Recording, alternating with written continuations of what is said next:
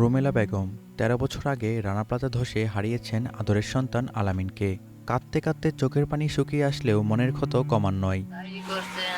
বুঝছে যে কিন্তু না থাকলে যে অভাব নাই শেষ যাওয়া।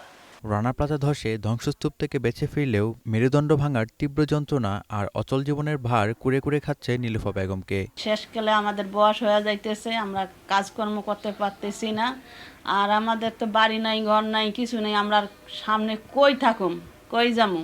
আমাদের একটা পুনর্বাসনের ব্যবস্থা করুক। ১৩টি বছর পেরিয়ে গেছে, কিন্তু রানা প্লাজায় ট্র্যাজেডিতে আহত শ্রমিকদের কষ্ট আর যন্ত্রণা কমছে তো না, বরং অনেক ক্ষেত্রে বেড়েছে। তাদের দাবি ক্ষতিপূরণ, সুচিকিৎসা আর মাথা গোঁজার ঠাঁই।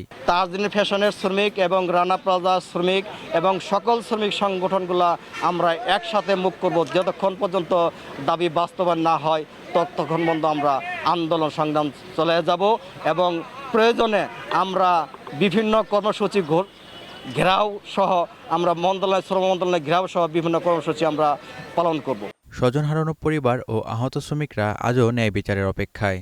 আমাকে সরকারের কাছে একটাই দাবি, আমাকে টাকা পয়সা আমরা কোনো সরকারের কাছে ভিক্ষা চাই না। আমরা চাই আমগো টাকা, আমগো ক্ষতি করে নামগুলো দেখ ফিরিত করে।